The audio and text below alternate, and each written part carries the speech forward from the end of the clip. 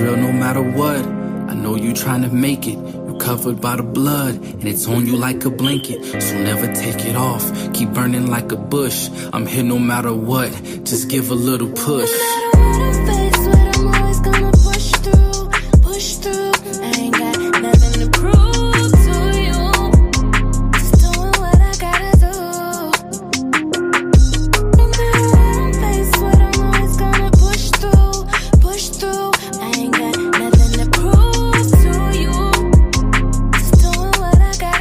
Listen, push through the pain, the heartbreak, sorrow. Make it through the day and look at tomorrow. Came into the truth, had to let go of the lies. Humble myself and swallow my pride. They say we in the cult, man, ignorance is bliss. They don't understand true holiness. Why I serve the Most High, ready to lose it all. Friends, family, money, He created them all. If you looking for the truth, prepare for what you find. It's so many lost, cause the blind leading the blind. But Yasha coming back, and I'll be glad when He do. To know if I make it, so I gotta push through.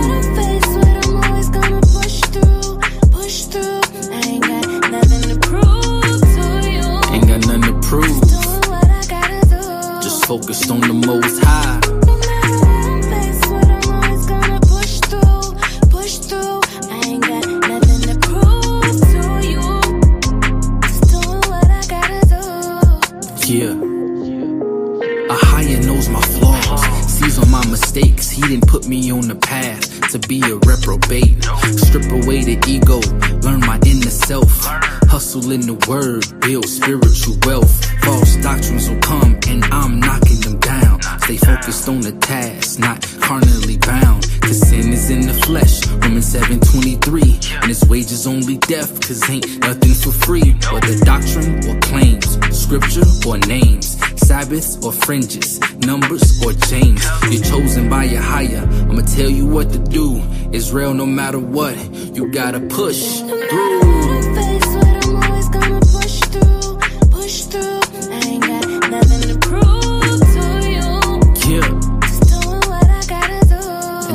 Keep doing what I do. Push through. I ain't got nothing to prove to you. Hey, talk to him one time. Okay, avoiding the lake of fire, but for some, hell don't get hot as this. We hoping to be chosen, but praying just to get out of this. We fell short of the glory, and once we did acknowledge it, He took our souls off punishment, and then He polished it. Now we shining like rays, so they calling us the light. When them demons giving beatings, now they calling us to fight. We was hated and demised, undersized, we was undermined. Now they seeing we the sons of God, now they colorblind. 1,000-year peace is all up in our reach. Now we can go to sleep knowing we won't see defeat. There's future prophecies and they gotta come true. But until then, we gotta push through. Wow. Push through. I ain't got nothing to prove to you. John Boy, the legend.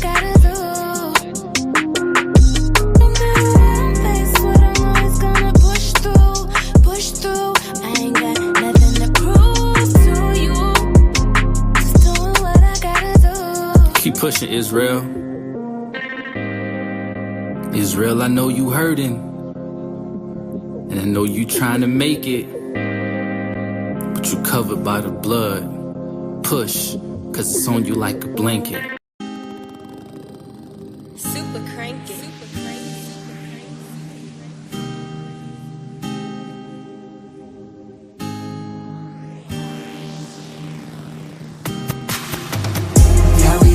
But we still know how to party. Sipping wine, reading scriptures, we be on it. I know these nations ain't to see us have a good time, but we don't care, we do it all for the Most High. Ain't nothing like an Israelite party. Ladies, if you trying to get it started, ain't nothing like an Israelite party. Ladies, if you trying to get it started, we be turning up in the right way. Fresh garments on, fringes hanging from our waist. You know we do it big on all the most high holy days. We be lit it, hands up, smiles on our face. Ain't nothing like that unity that you see when you pull up at all the gatherings. When I tell you it's nothing but love, that ain't no bluff. If you got hate in your heart, you might as well hang it up. You can say that, we don't play that. Me and all my brothers cool as shit, we so laid back, yeah. Now if you never been, look, you should come through. But it's only if you want to. Yeah, we righteous, but we still know how to party. Sipping wine, reading scriptures, we be on it. I know these nations ain't been see us have a good time, but we don't care, we do it all for the most side. Ain't nothing like an Israelite party. Ladies, if you tryna get it started, ain't nothing like an Israelite party. Ladies, if you tryna get it started. I've been to party, seeing brothers who don't normally agree. Come together, showing love, that's how it's supposed to be. All the sisters with each other, throwing down on the food. You know the kids all happy cause they not at school. Got the DJ in the back and he dropping the hits, speaking the hits. Let me go and tell them play some of this. I guarantee when it drop, everybody gon' say, hey, that's a Yarica, let that play. I'ma be honest, ain't no better feeling than to link up with your brothers and y'all just kick it, chopping it up about life, jumping the scriptures. It's all about the Most High, and don't you forget it. I'm just saying, yeah, we righteous, but we still know how to party. Sipping wine, reading scriptures, we be on it. I know these nations hate to see us have a good time, but we don't care, we do it all for the Most High. Ain't nothing like an Israelite party. Ladies, if you tryna get it started, ain't nothing like an Israelite party. Ladies, if you tryna get it started.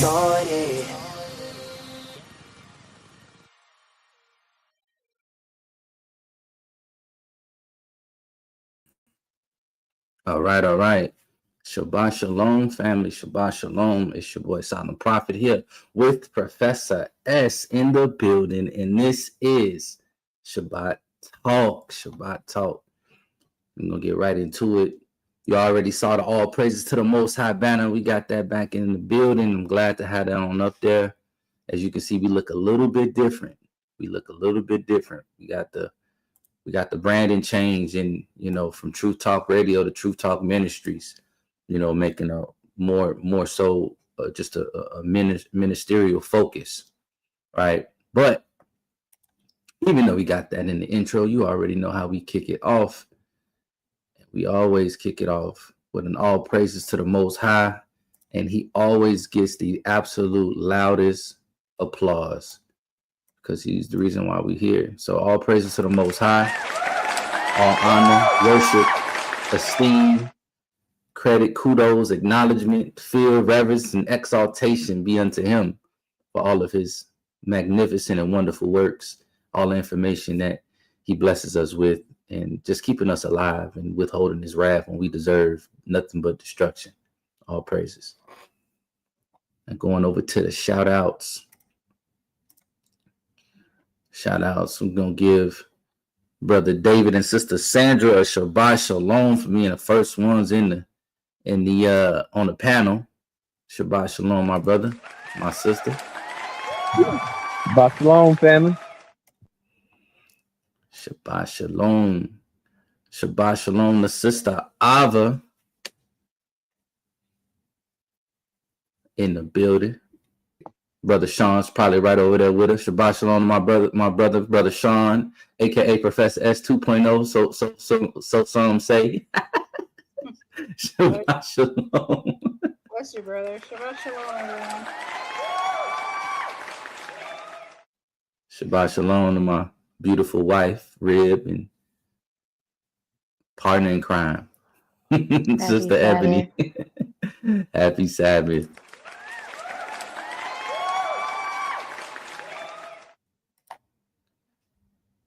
And also, last but not least, at least for right now, because we're waiting on other people to get in here, Shabbat Shalom to Sister Kaylee in the building. Shabbat Shalom, y'all. All right, now rolling on into scripture readings for this week. We have Joshua 24, verse 2 through 14, Proverbs chapter 30, verses 10 through 33, which is finishing off the chapter. And then we have Psalms chapters 141 through 144. So I didn't realize until like 20, 30 minutes ago. Babe, me and you read ahead. We read chapter 145 too. But it's okay. We'll have less to read on this next week. It's your fault. I trusted you, and you said we had to do 145. It's okay. It's okay.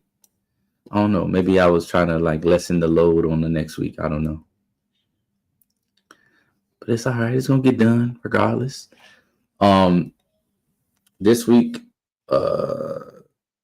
This week covered a lot of information, but next week is actually the end of this round of scripture reading. This is closing out. This next week will be closing out the year as we will be going into Feast of Tabernacles. Feast of Tabernacles will be kicking off the next round of scripture reading. I already sent those to everybody who's normally reading with us, but if you are watching and you would like to join us and keep up with us, just let me know and I can send you the updated one. And I will leave the email across the bottom of the screen for that. So hit me up at that email and I'll get that PDF over to you so you can keep up with us.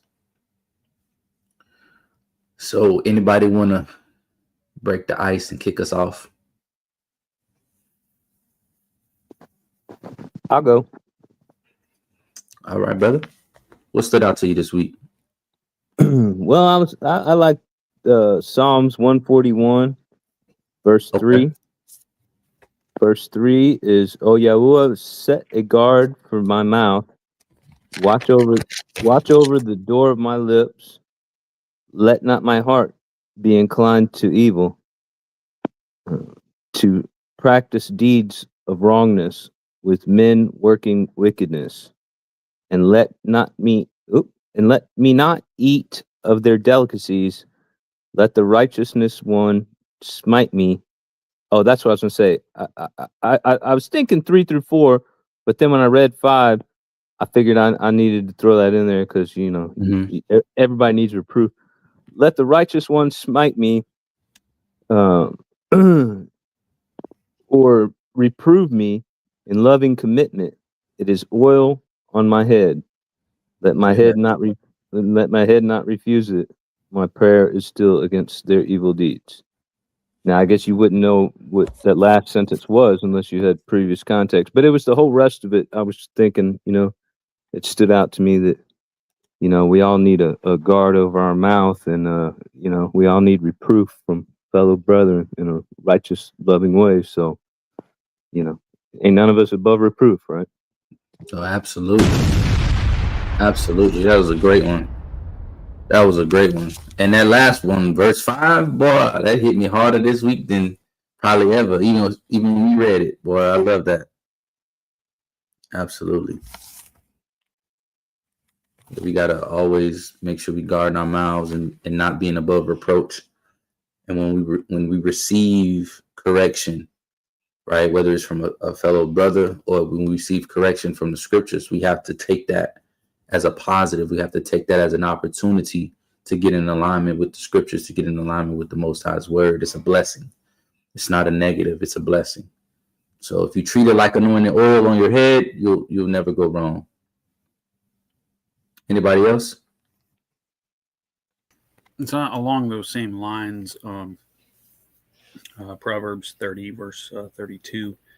If thou hast done foolishly in lifting up thyself, or if thou hast thought evil, lay thine hand upon thy mouth. Basically, to kind of reiterate that, stop talking, basically. Mm-hmm.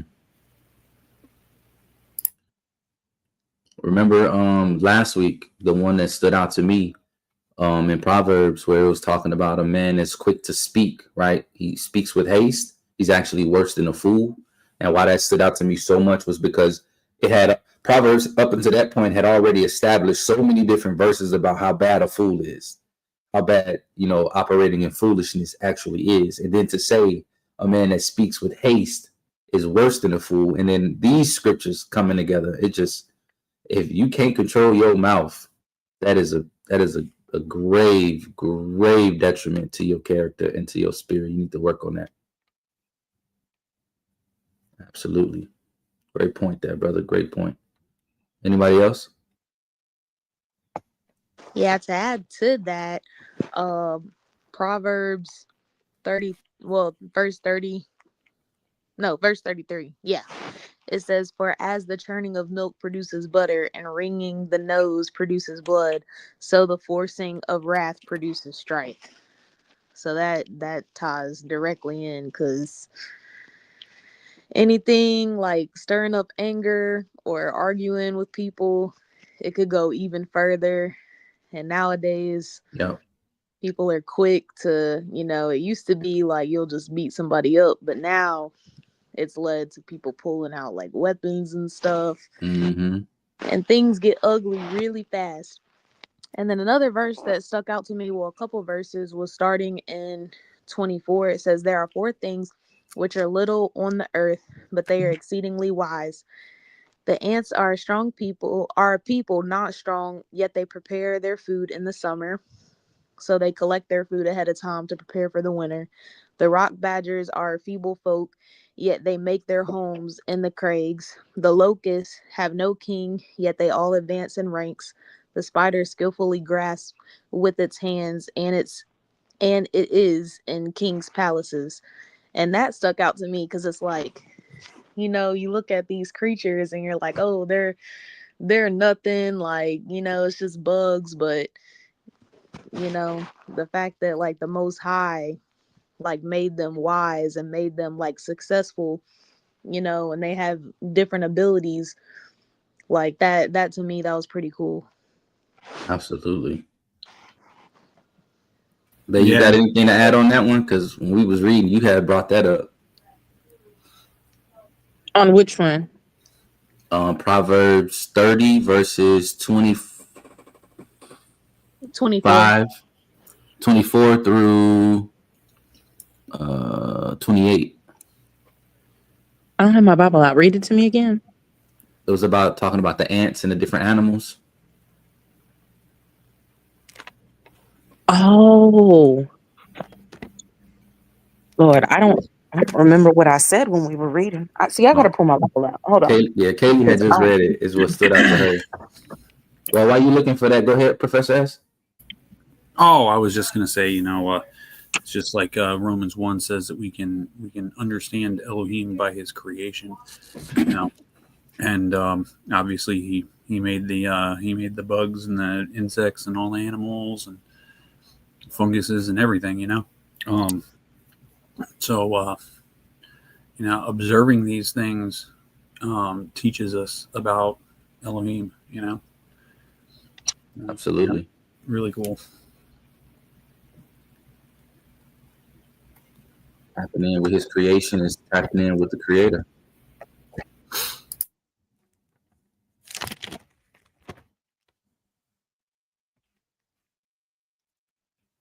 Yeah, unfortunately, I don't remember everything I said when we were reading. I probably should start taking notes. But one thing I do remember is, or I remember saying how wise ants are, and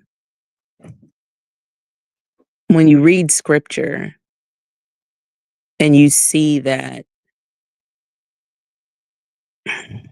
how do I put it? Like, scripture was written long before we were ever here, right? So for us to now read what's being said, like ants still exist, obviously, in our world now. So to see what's said about them, and even when you go and watch like National Geographics and different things like that, and you just hear the different things about ants and what they do and how smart, and so for scripture to show it and to say it, and for us to be able to read it, it's like, all right, now you guys better take heed.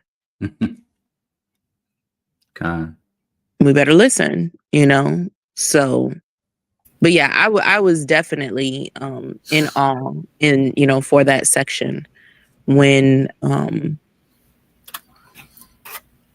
it was discussing the animals. There's actually some types of ants that farm. They actually control the breeding of aphids, and they use them for milk or something. Like they milk aphids and control the breeding of aphids. Like they have this whole thing where they're breeding aphids just so they can harvest the milk from the aphids, and they use it for something. It's really interesting. I wouldn't be surprised. For those of us who don't know what an aphid is, what's an aphid? Aphids are they're a tiny insect that gets on plants. Yeah. Gotcha. And it's just another insect, but ants actually farm them and control their breeding and everything. It's crazy. That's crazy. That's dope, but it's crazy. But go ahead, Sister Abba. What you get from this week? Well, I'd like to find out which ants those are. If they can farm some of the aphids over here in my garden. There was a funny part in Proverbs 30, verse 15. It's not funny, but it's funny to me. In the ERV, it goes, greedy people know only two things. Give me and give me. And in the ISR, it goes, the leech has two daughters. Give and give. It's just so poetic how these guys write. It's like, I'm glad I'm not a guy who would have been up front and I would have been a woman in the back hearing this stuff being read, because I would have laughed out loud if I had heard that, you know, in the assembly. And then Proverbs 30, verse 11. There's a generation that curses its father and does not bless its mother. And it just reminds me how much any generation can pick up the Bible and say, yep, that's truth right there. I mean, right now we can look at one of the younger generations, and they're actually like that. They will outright curse their father online. TikTok, yeah, YouTube, whatever. You know, I saw something on SNL recently making fun of that generation, you know, making lyrics in rap songs, just cursing out their mother and father. And it's what they're listening to. It's what they're okay with saying. Mm-hmm. It's sad, but it's interesting that this is in the word from thousands of years ago. They could say that. We can say that now, and maybe there was a generation before us that could say that about my generation, you know. And then on that note, sorry, about how the word is forever true to every generation.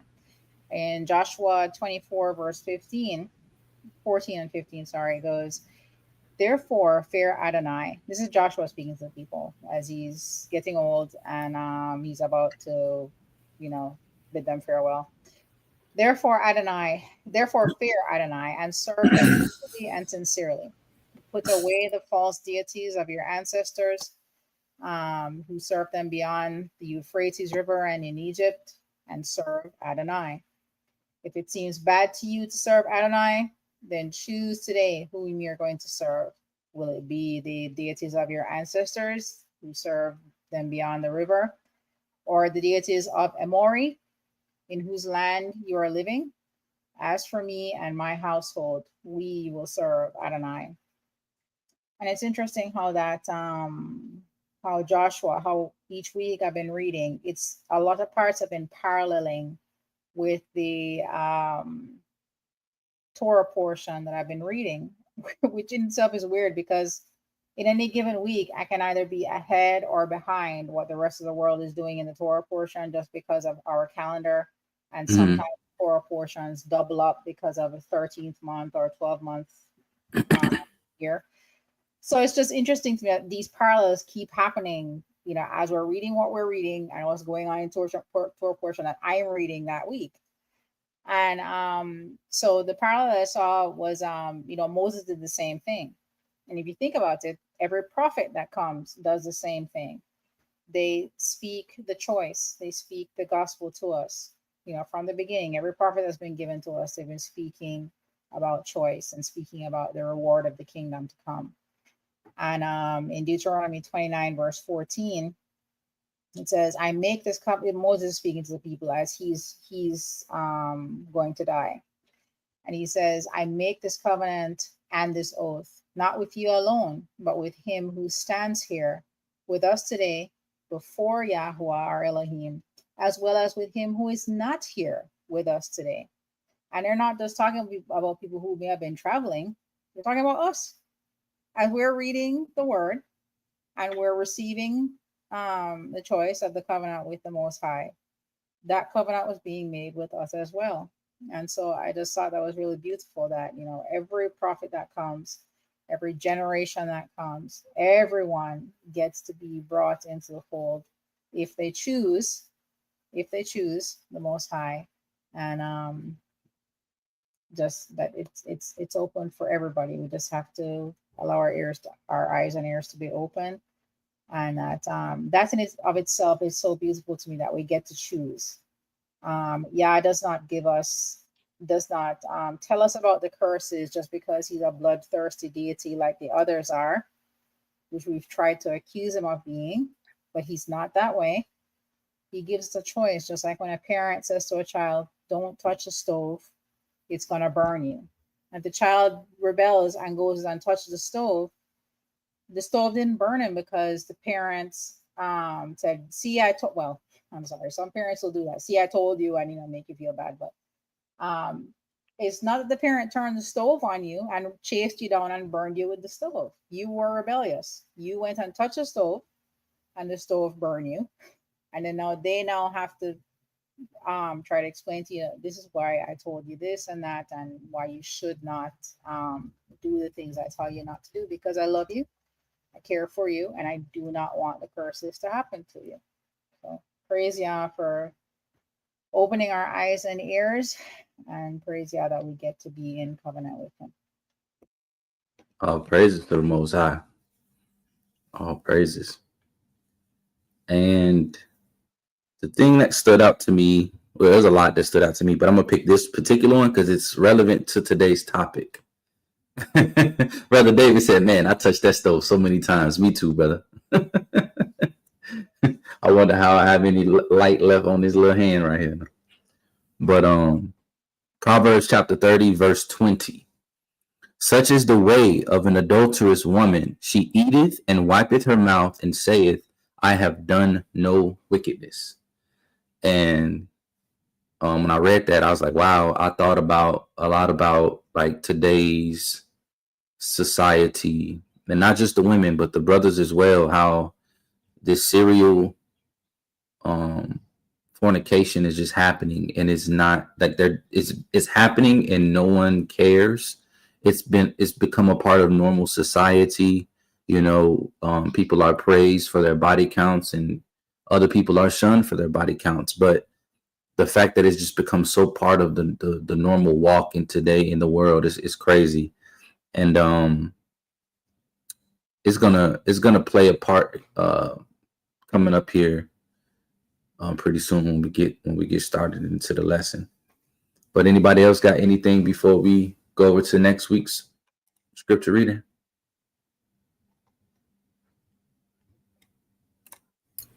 I would just say, as far as what Abba said, it really is, so many people tend to view the Torah as just this set of rules and stuff, right? And it's really not. And when you really keep the Torah, it changes the way you think, and then your eyes are open to the dangers of things that you didn't realize were dangerous before. So it's not like it's like with the touching the stove analogy. It's like, once you really keep it, you start to realize, hey, look, if I do that, I'm going to get, and you realize, and then you're like, I don't even, and then you no longer even want to do what you used to, it changes you. It changes the way you think and everything, But it's not just this rigid set of rules. that have no purpose and meaning. They're there for our benefit, you know. Absolutely. All right, so for next week, we got Joshua 24, 16 through 33, Proverbs 31, the whole chapter, 1 through 31, and then we're wrapping up Psalms with 145 through 150. Or for me, that'd be 146 to 150. So I'll leave that up for a quick second. And while I leave that up, I'm going to get this ready. Since we're going to be talking adult stuff today, I got to put a disclaimer. For those of you guys that watched from the beginning, you saw the early disclaimer, the early warning, but we'll put that on up here. All right. Important disclaimer, the content in this presentation discusses the topic of the marital bed, which will include adult dialogue, grown folk talk, okay, such as sexual terminology, imagery, and other sexual concepts within the framework of biblical understanding. The content is purely for educational purpose only.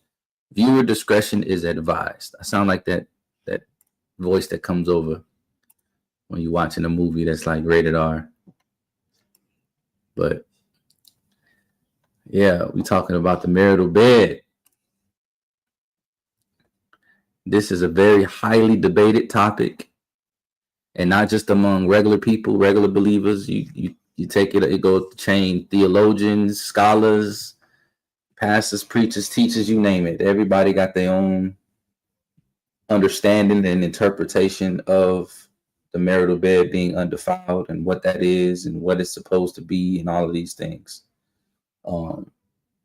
But quick, did anybody, before we get into it, does anybody want to share like their perspective of it, the marital bed being undefiled, before we get started? The way I feel is exactly as it's stated, clear cut and dry. It is undefiled. What happens between a man and a woman is between them in their marital bed. Okay. So, I believe also as long as neither is feeling, as long as they're not feeling as well as like the intent in whatever it is that they're doing with each other, that there's no like disrespect, or trying to like defile the partner. You know what I mean? Then yeah, I believe anything, and I believe anything goes. But that's Okay. how. Anybody else?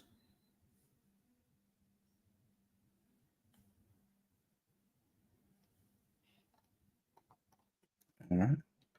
Well, we get into this. It's a lot of information. I'm going to try to go as fast as I possibly can. If you feel like I'm going too fast and you need me to slow down or you need to pause me, please do so. Unmute your mic because I can't see none of the chats while I'm sharing my screen. So unmute your mic and tell me to slow down, or if you got a question in the middle of it, go ahead and ask your question. If your question is going to be answered in the study, then I'll just say I'll hold it off until I get to it. But I will address your question when we come across that specific piece of information. Okay. So let's get to it. It's a lot to cover. It's crazy how so much information is about this one specific topic. It's really about one specific verse. But hey, that's scripture, right? Share my screen.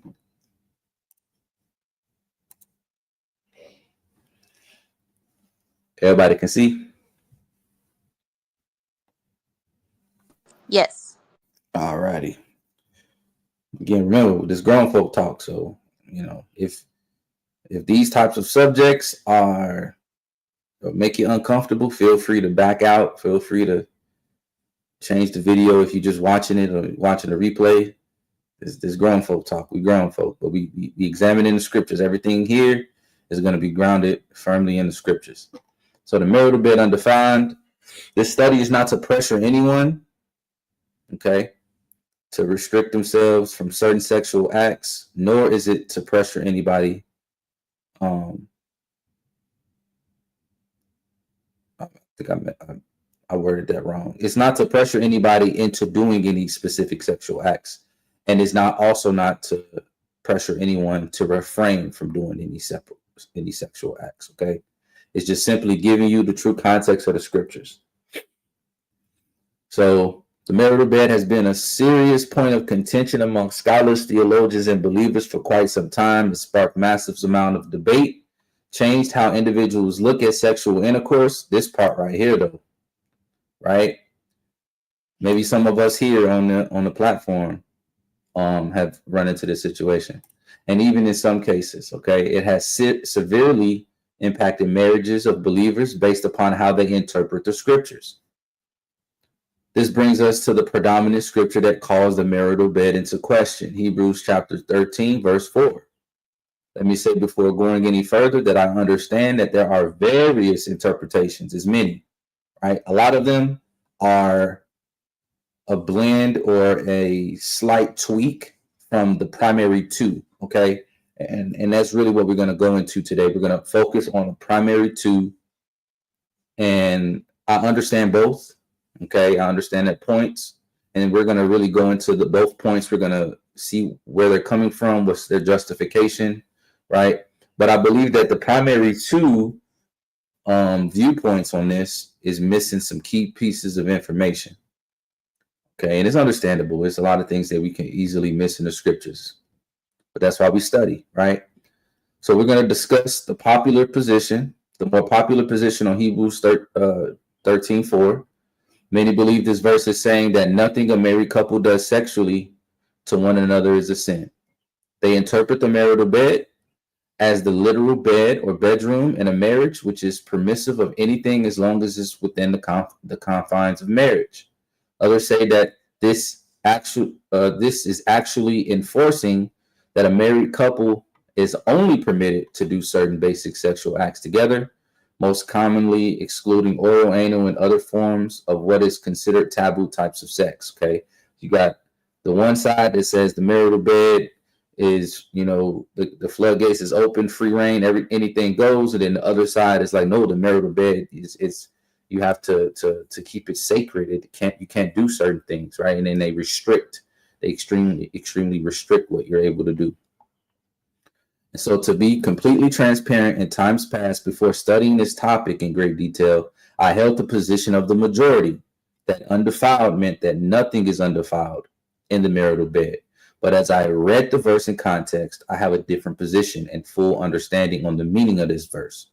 Right. So I'm not sitting here acting like I've always known what this verse actually is saying and that I held one of the two positions. So if you find yourself mentally in one of the two positions that I just explained, understand that I was also there too. Okay. So viewpoint one, the anything goes in marriage doctrine, the first major position taken by many believers, right, is the interpretation that marriage is honorable in all and the bed undefiled. Hebrews 13:4 means that any sexual activity is permitted between a husband and a wife. And again, there's different varying of degrees, right? You might take all of this position, you might take some of this position, and vice versa when we start talking about the other position too.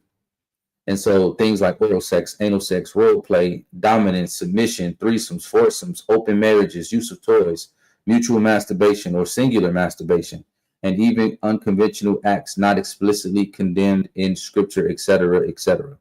Right? According to this view, the phrase "the bed undefiled" is not a warning, but rather a declaration. Okay. Once a couple is married, their bed is by default pure and untainted, no matter what they do in it. Here are some of the main scriptures used by those who promote this viewpoint, along with an analysis of how they are interpreting to support the anything goes position. Hebrews 13:4, obviously, this is the scripture that's in question, right? Marriage is honorable in all, and the bed undefiled, but whoremongers and adulterers Elohim will judge. That's the full verse. Interpretation, this is the cornerstone of the argument. Many take this to mean that marriage itself sanctifies the sexual relationship to such a degree that nothing done within it can be called defiled.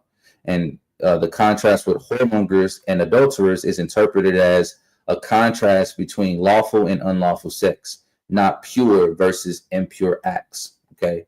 And that word undefiled is Strong's Concordance G283, amiantos, or however you're supposed to say it.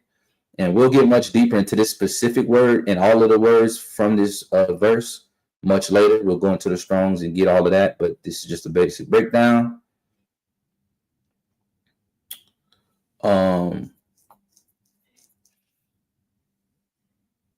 Yeah.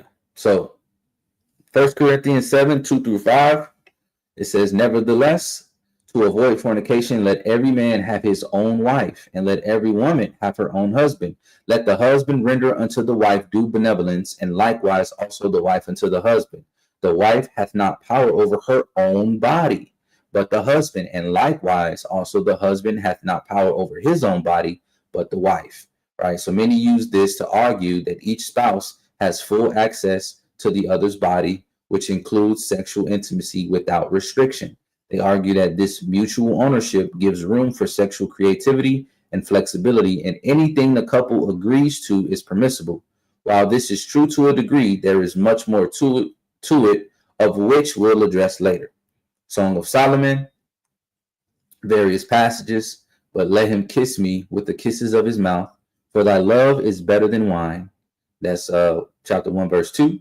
Thy breasts are like two young roes that are twins, which feed among the lilies. Chapter 4, verse 5. And his left hand should be under my head, and his right hand should embrace me. Chapter 8, verse 3. And they argue that the Song of Solomon poetically celebrates sensuality and sexual delight between lovers, because these passages reference kissing, touching, and metaphors for intimate activity. They say that the scripture implicitly endorses erotic exploration within the marriage covenant. Again, while this is partly true, there is more to it, which we'll get to later. Genesis 2, verse 25. And they were both naked, the man and his wife, and were not ashamed. This verse is used to reinforce the idea that sexual intimacy in marriage is inherently good and free from shame, since Adam and Eve were naked and unashamed. And supporters of this view believe that marital sexual expression should not be ashamed or judged, no matter what form it takes. Also partly true. Romans 4:15, because the law worketh wrath, for where no law is, there is no transgression. Interpretation, this verse uses the absence of condemnation as permission to justify whatever a married couple does in the bedroom is fine because it wasn't explicitly mentioned in scripture. All right, so now what is wrong with this viewpoint? Why anything goes is a misuse of scripture. This interpretation of Hebrews 13:4 twists the context and ignores the weight of Torah, the consistent theme of covenant purity and the deeper Greek meaning of the passage. So let's expose the errors, okay? And this is the viewpoint that I originally had, just for full transparency, okay? Number one, Hebrews 13:4 is a warning. It's not a permission slip. This verse doesn't say the bed is undefiled no matter what. It contrasts the sanctity of marriage with the judgment of whoremongers and adulterers. The structure of this verse is like this. Marriage equals honorable. The bed should be kept undefiled, but those who defile it will be judged. The word but in Greek creates a strong contrast, not a continuation. It sets the undefiled bed against the acts of whoremongering and adultery. This means the bed can be defiled, and the Most High will judge those who do so. The Greek word undefiled is a moral purity term.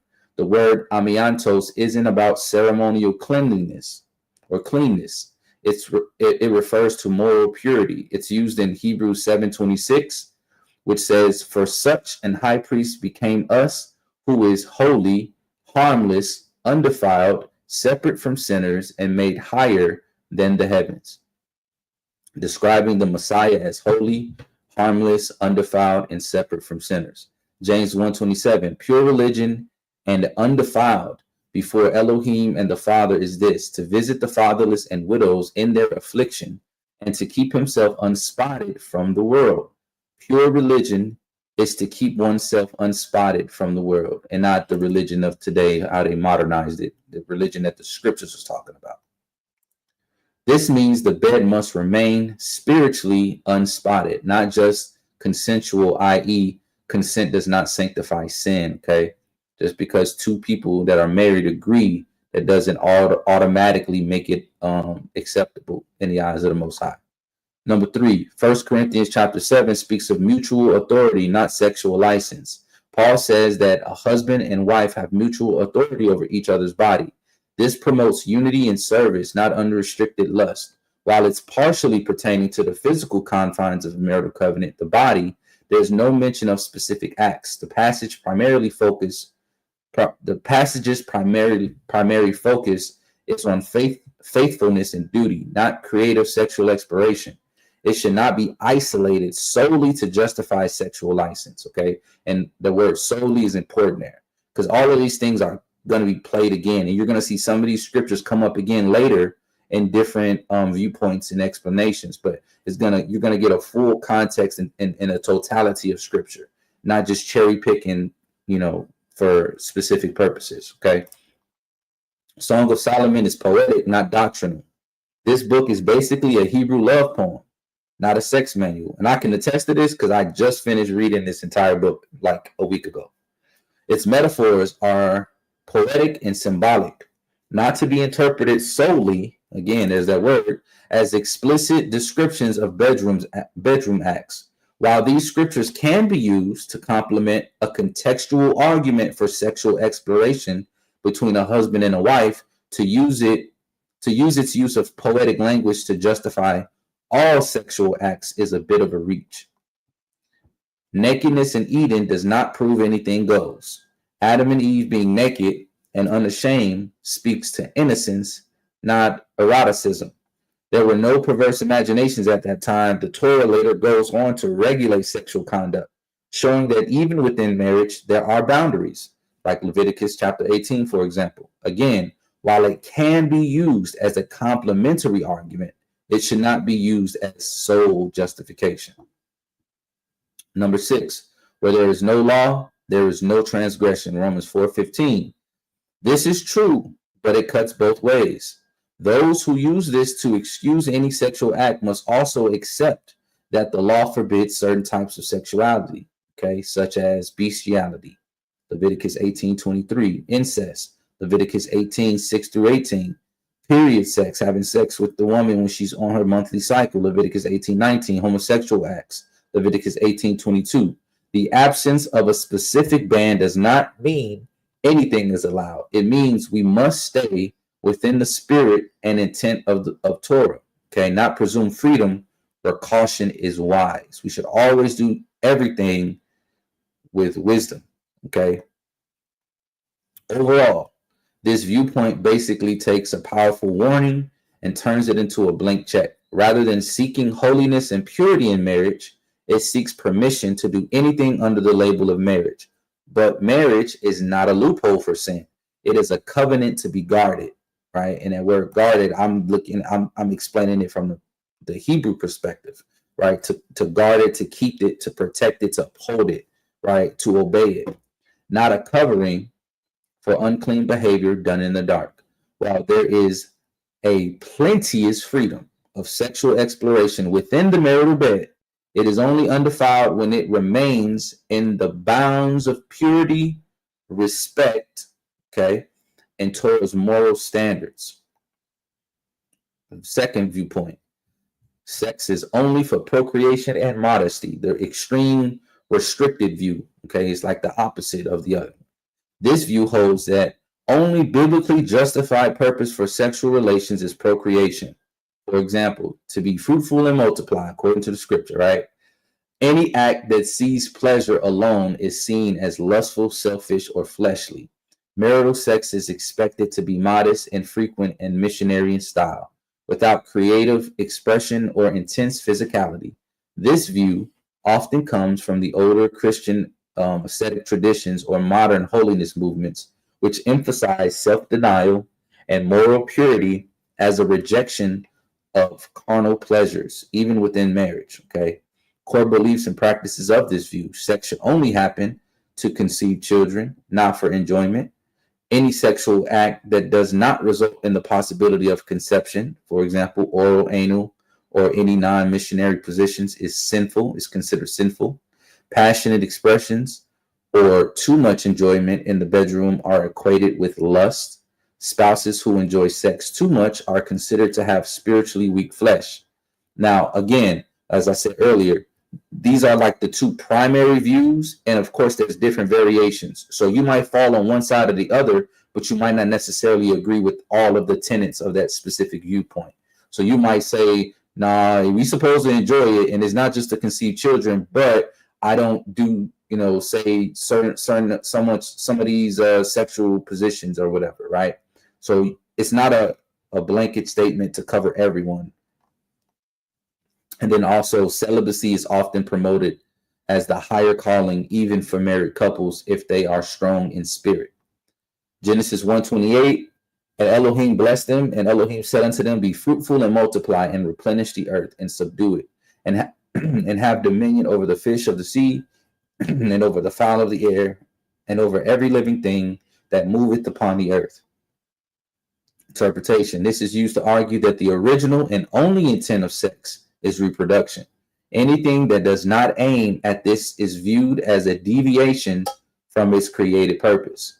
1 Corinthians 7:29, but this I say, brethren, the time is short. It remaineth that both they that have wives be as though they had none. And the way they look at this verse is to promote abstinence or minimal sex in marriage. It's interpreted as Paul saying that even married people should forsake sexual intimacy in order to focus on spiritual matters. Galatians 5:24, and they that are Messiahs have crucified the flesh with the affections and lusts. Okay. They claim that the desire for sexual pleasure is inherently a lust of the flesh, and that true spiritual maturity is found in crucifying these desires, even in marriage. Hebrews 12:14, follow peace with all men and holiness, without which no man shall see the Most High. Holiness in this context is interpreted, according to their view, as extreme self-denial, including removing any trace of sexual indulgence or expression that may gratify the flesh, even lawfully between husband and wife. And then any other scriptures that speak of holiness, purity, righteousness, chastity, etc., they lump all of those and look at them all the same way, that all of these types of scriptures are being applied to justify the viewpoint according to which they provide sufficient evidence to back their claim. So anything that seems like it's in alignment with that viewpoint, they use it. Okay. Now, why sex is only for procreation is a false doctrine. This view, while aiming for spiritual discipline, contradicts the word. It distorts the purpose of marriage and burdens believers with unnecessary restrictions that the Most High never commanded us. Okay. So going through what we just covered, sexual pleasure in marriage is a gift, not a sin. Let's start with the simple truth.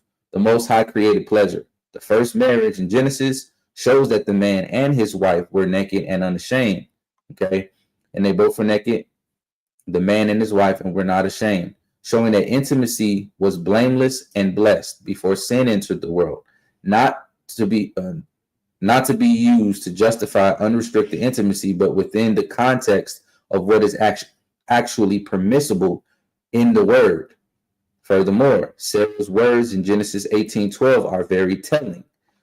Therefore, Sarah laughed within herself, saying, after I am waxed old, shall I have pleasure? My Adonai being old also. And this is, when, the Most High sent the angels and they told Abraham and Sarah that they would conceive, right? She would get pregnant and they would, have a son. And through his son, the nations would come from, right? So Sarah referred to intimacy as pleasure, and this was not condemned. It was expected, even in old age. The Most High did not rebuke her for referencing sexual pleasure. Instead, he confirmed the promise and fulfilled it, as we know, as you read throughout the scriptures. That's how we got here, right? The Song of Solomon exalts erotic love in marriage. The Song of Solomon, Song of Songs, as it's called, is filled with sensual metaphors and affectionate desires between a man and a woman. It is canonized scripture. not as an allegory only, but as a witness to the legitimacy of passion between husband and wife. Again, like I said earlier, you can't use this in itself isolated, but it can be a contextual extra piece, an extra witness, right? And it's covering what we read earlier. Let him kiss me with the kisses of his mouth, for thy love is better than wine, right? Thy two breasts are like two young roes that are twins, which feed among the lilies. I am my beloved's, and his desire is toward me. Songs 7 and 10. Nowhere in this book is procreation mentioned. Again, not to be used for a license for lustful wickedness, but for lawful passion. The entire message is about intimacy, desire, and love, all within a marital relationship. And if you don't believe me, go ahead and read this book, because the woman who's speaking is mentioned as his wife, right? And he acknowledges her as his wife. Scripture never forbids pleasure in marriage. Those who take this view ignore some of the Most High's core principles.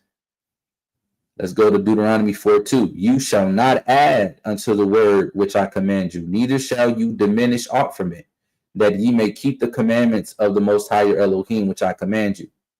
Right? So you cannot demonize an act that is not commanded in Scripture by adding to the word of the Most High, just like you can't take away from it.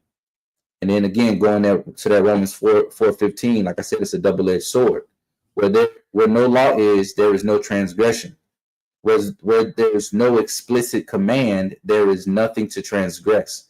If one chooses to live a certain lifestyle by abstaining from certain sexual acts as a personal preference, then that is completely up to them. However, when one claims or states that doing so is breaking a commandment or upholding a commandment that is not there, that is where transgression or sin comes into play. There is no law that condemns sex for pleasure. There is no law that forbids different positions or expressions of desire within the marital covenant. The restriction on sex in Scripture is based on who you have sex with, when, and how it aligns with covenant purity, not on whether it's permissible or enjoyable. 1 Corinthians 7 actually endorses regular intimacy. Instead of saying married people should abstain, Paul actually teaches the opposite. Okay? It says, let the husband render unto the wife due benevolence, and likewise also the wife unto the husband. The wife hath not power over her own body, but the husband, and likewise the husband hath not power over his own body, but the wife. Then he goes on to say, okay, defraud ye not one another, except it be with consent for a time, that ye may give yourselves to fasting and prayer.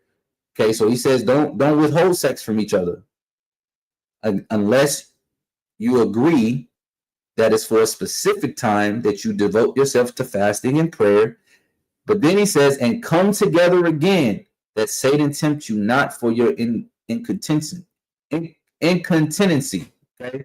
and this is 1 Corinthians chapter 7, 3-5. So he says, yes, you can abstain from sex for a period of time, but you have to come back together again, so that way Satan don't get into the mix. And I've heard I know people have heard of this term of like spirit spouses and different things like that. When people are whether it's one party or the other party or both parties unnecessarily with they're abstaining from sex, or they're withholding sex from one another, that's when those spirit spouses can come into play. Right? It's in Scripture that Satan tempts you not for your, so Paul only allowed temporary abstinence for prayer, then instructed them to come back together lest Satan tempt you. This passage protects intimacy. It doesn't restrict it. Crucifying the flesh does not mean denying your spouse. And they that are messiahs have crucified the flesh with the affections and lusts. Galatians 5:24. This speaks of lusts, not lawful pleasure. Crucifying the flesh means putting to death the lawless desires such as fornication, adultery, and sexual sin. It does not mean refusing joy, consensual covenant sex. Okay, sex within marriage is not of the flesh. It is part of the marital covenant, which is holy. Only certain sexual acts are not permitted, and those are clearly outlined in Scripture. Hebrews 12:14 is about holiness, not celibacy or tailored intercourse. Okay. Follow peace with all men and holiness, without which no man shall see the Most High. Yes, we are to be holy, but nowhere in the Torah does holiness require a married couple to abstain from sex or tailor the kind of sex they have with one another, as long as it's lawful. In fact, Torah regulates when sex can happen, not during a woman's uncleanness, who it can happen with, lawful spouse, how to handle uncleanness after it happens. It goes on in specifics, okay? But it never calls it unholy. This viewpoint attempts to overcorrect for the lawlessness of the world by running to the opposite extreme. By doing so, it adds commandments not found in Scripture and calls defiled what the Most High has made clean. Enjoyment in the bedroom is not wicked. It is part of the covenant blessing. It builds intimacy, trust, unity, and joy. Sex is not only for procreation, it's also for pleasure, bonding, and emotional connection within the sacred walls of marriage, right? Like just how I talk about Christianity being on one side and Hebrew Israelite being on the other. They're far extremes, but the truth is somewhere in the middle. Think of a bowling alley. You go too far to the left, you're going to go in the gutter. You go too far to the right, you're going to go in the gutter. And these viewpoints primarily is the equivalent of those two extremes. One is like anything goes, and the one is like nothing. It's like, no, that's not what the scriptures are saying. All right, so the truth and origin of sodomy and the stigma of oral and anal sex. I threw this in there because this is a part of the conversation, and I did a previous study on sodomy and Sodom and Gomorrah. And if you haven't seen that yet, you should check that out.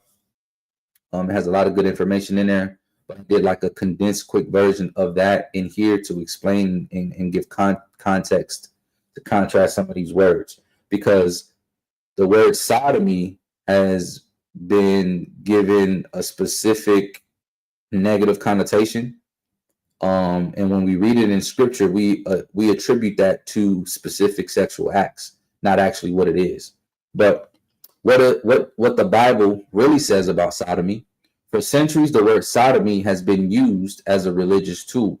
It's been weaponized by churches, denominations, and secular governments alike to demonize certain sexual acts, especially those outside the perceived norm.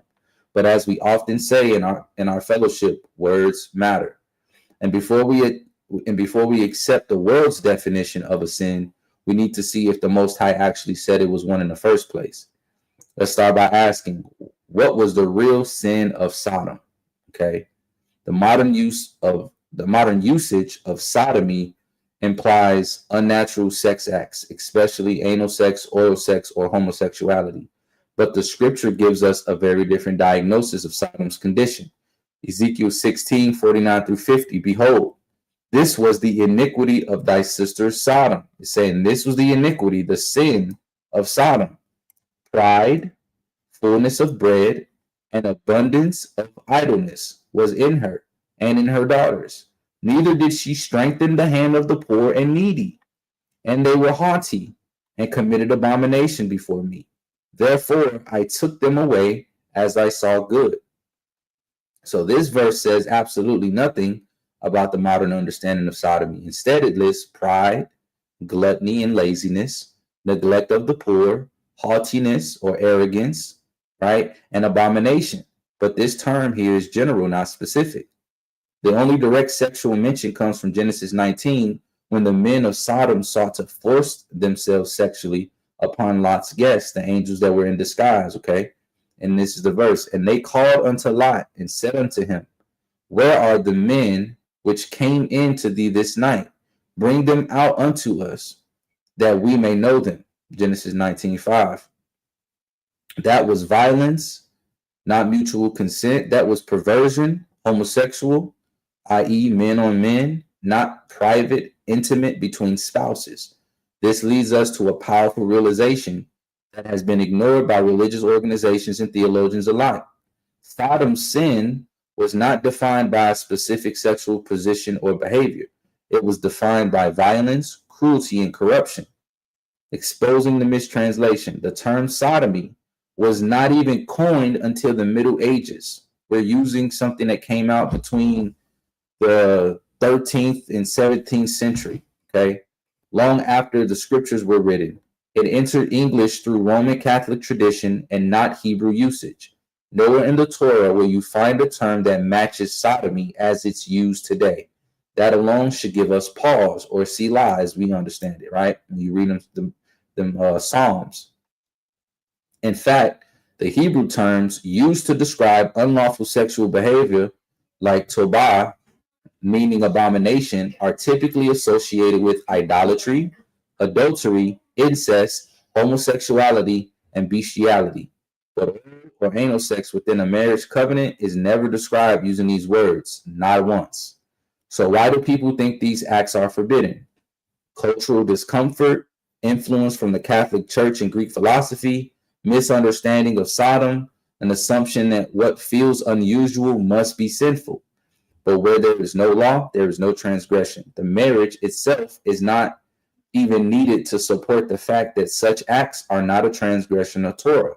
However, when one places these types of sexual acts in their proper context within the marital bed, then it becomes clear that one cannot lawfully demonize it. Romans 4:15, right? Again, where there's no law, there's no transgression. So unless Torah explicitly defines a thing as sin, we have no right to. The sins of Sodom, as mentioned above, are clearly defined and described in Scripture. We should not attempt to appropriate a modern term out of context in its origin to an ancient culture, language, and instruction. At best, the term sodomy can be applied to any of the sins of Sodom, not just one or two implied sexual acts. And at its worst, it can be applied to homosexuality as a whole, which is not the sexual act of anal or oral sex, but rather the act of two of the same gender engaging in sexual activity.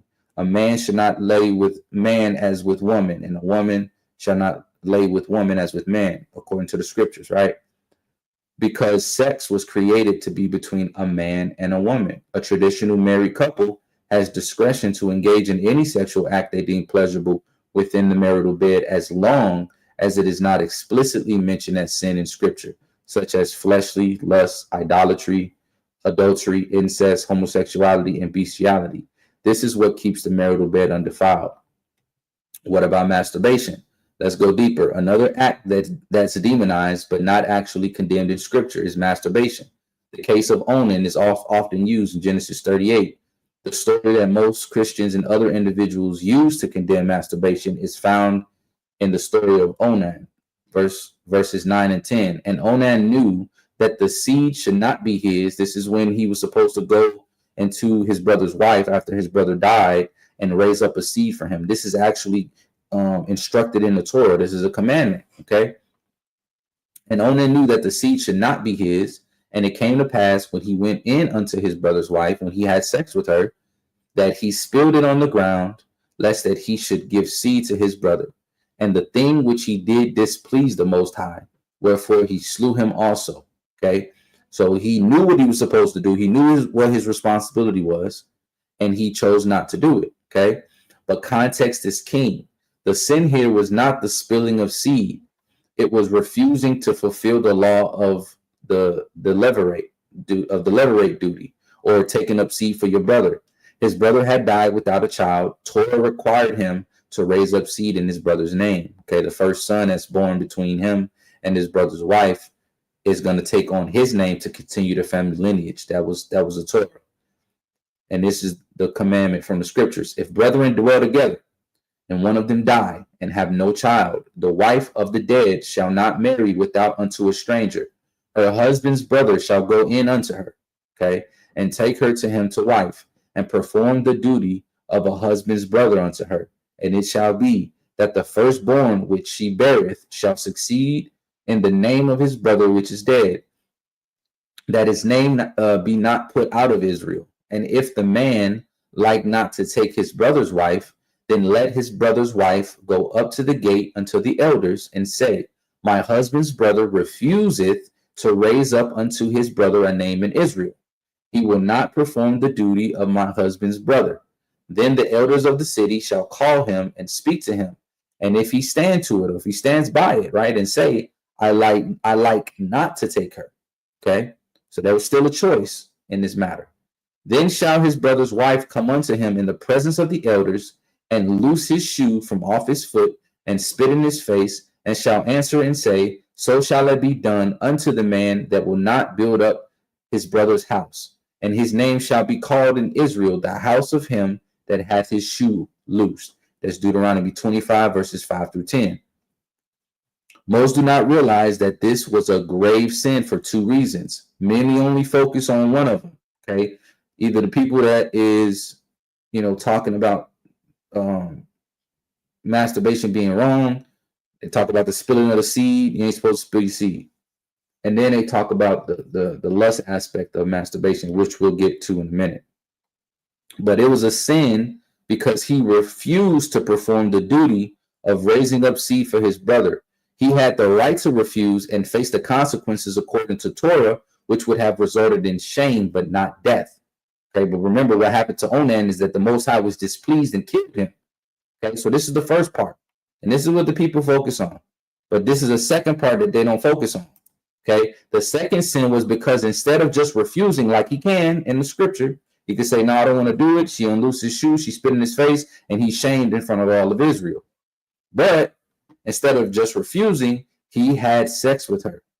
Okay, sex is a very serious thing in Hebrew culture, according to scripture, which brought shame unto her because she was not his wife. He was supposed to take her as a wife. Okay, but he rejected her, and he had no intention of marrying her. And then he pulled out and spilled his seed onto the ground. Under normal circumstances, spilling seed would just cause the man to be unclean until evening, but this was much worse. As yes, ejaculation does make a man unclean until evening, according to Leviticus. And if any man's seed of copulation go out from him, then he shall wash all his flesh in water and be unclean until even. Leviticus 15:16. But unclean does not mean sin, like sin or sinful. It simply means ritually impure. This same word is used for women on their period, or touching a dead body, or giving birth. None of these things are sins. It just makes you unclean, right? And you can be restored after evening, and you wash. But he intentionally transgressed that law from being fulfilled by pulling out and letting his seed fall to the ground, as well as bringing immense shame upon a daughter of Zion. And women are dear to the Most High. Okay, that's why there's so much provision, including the bill of divorce, that is put into the Torah as a protection for them. The Most High don't play about his daughters. So in other words, this is why the Most High killed him. He was judged for breaking the commandments, not for masturbation or spilling seed. So is masturbation a sin? No, not in and of itself. Okay. However, let's be clear. Lust is a transgression. I can hear some people in their minds like, what? How can he say masturbation isn't a sin? It is. It's lustful. It's not always lustful. Okay. Matthew 5:28. But I say unto you that whosoever looketh on a woman to lust after her hath committed adultery in her already in his heart. Masturbation becomes sin when it's done out of lust, especially lust for someone who's not your spouse, or done while engaging with porn, mental fantasy, or unclean imaginations. These are the things that causes adultery. Not adultery, to cause masturbation to fall into that sin category. So here's the healthy balance. Masturbation is not forbidden in scripture. There's no scripture you'll ever read about it that says it is.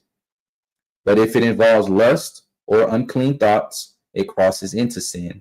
Spilling seed does make a man ritually unclean, but not guilty of transgression.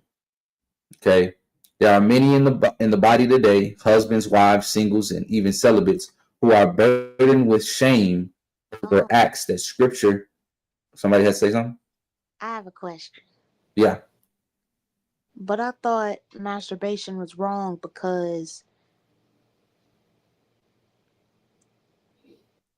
well, from my understanding, masturbation is when like somebody does that on their own. And isn't there a scripture that like says that you can't like kindle fire or something on your own or something like that?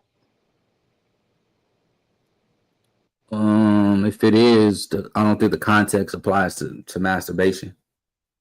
Even if you do it on your own, if you're not doing it from a lustful, a lustful position, Hold you on. don't have any type of impure thing in your heart.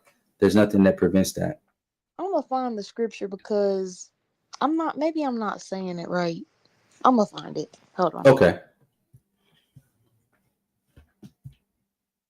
Okay, what I was saying, burden with shame. Yeah, burden with shame over acts that scripture never condemns. They've been taught by church tradition, not Torah. They've been told their private intimacy is defiled when in reality it's sacred, loving, and lawful. We must be cautious not to replace scripture with opinion, secular customs, or religious traditions. This section leads directly into my final position in section 5. Okay, and this is what the true meaning of Hebrews 13:4 is.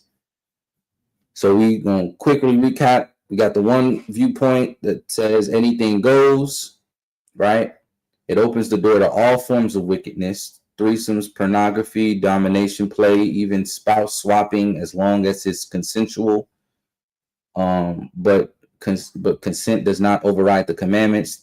There are acts the Torah clearly forbids, like incest, bestiality, adultery, homosexuality, etc. None of these are sanctified by a wedding ring. Consent without commands leads to chaos. Okay.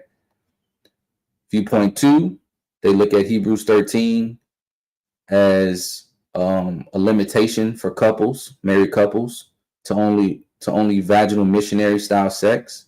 This is based on Catholic and Puritanical traditions, not the text. They misapply the story of Sodom, twist on the Onan narrative, and impose cultural discomfort as if it's Torah law. But there is no verse that forbids oral or anal sex in marriage. No verse calls these defilements.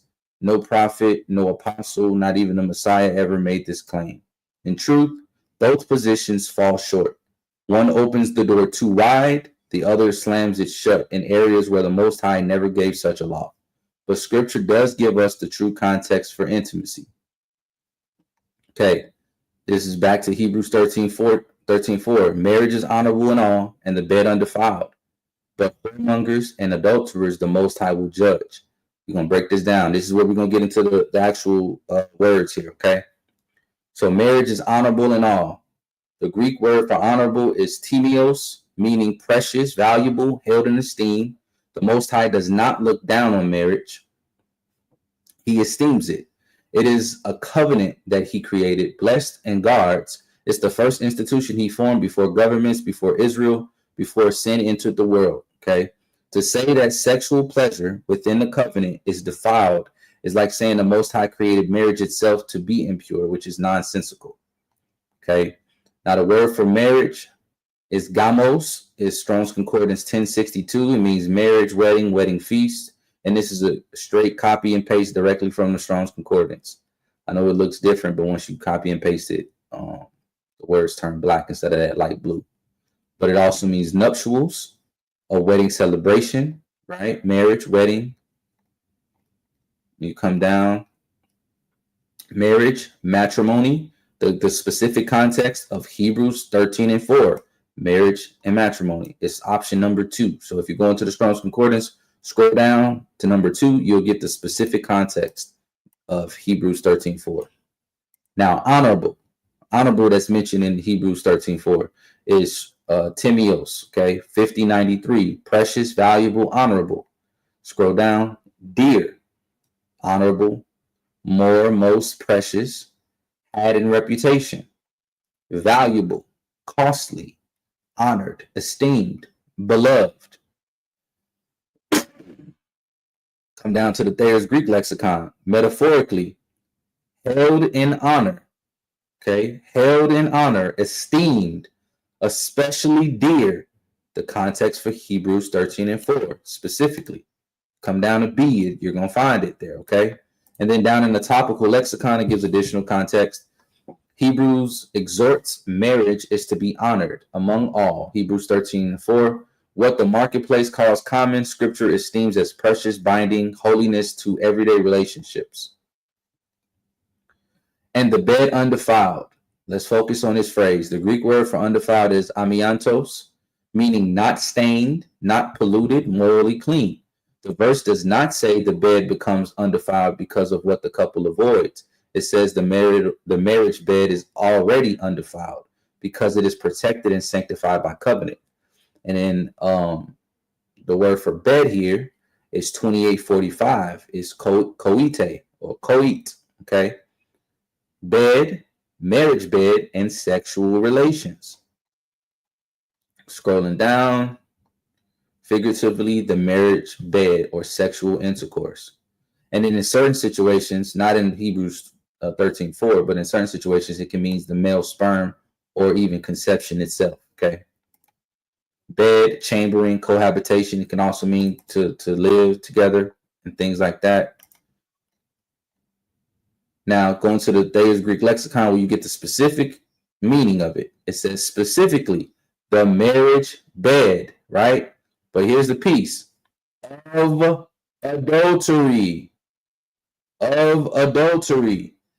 It even quotes two ancient Greek texts. One, Josephus. Obviously, we know Antiquities of the Jews.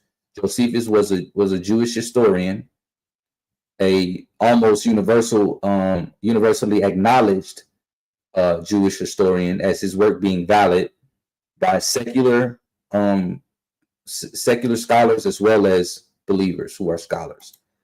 So it's quoting here 245, and then Plutarch, the Fluve, 8 and 3, as having the same context in their writings on the same topic as Hebrews 13:4 does. Okay, and so we're going to quickly go into these two accounts and pull it out. So Josephus, Antiquity of the Jews, Book 2, Chapter 4, Section 5. Josephus is retelling the story of Joseph and Potiphar's wife, where she attempts to seduce Joseph, right? And to contrast that, we're going to Genesis 39, verses 7 through 12, to get an idea what happened for those who need a reminder, right? And it came to pass after these things that his master's wife cast her eyes upon Joseph, and she said, "Lie with me." But he refused and said unto his master's wife, "Behold, my master wotteth not what is with me in the house, and he hath committed all that he hath to my hand.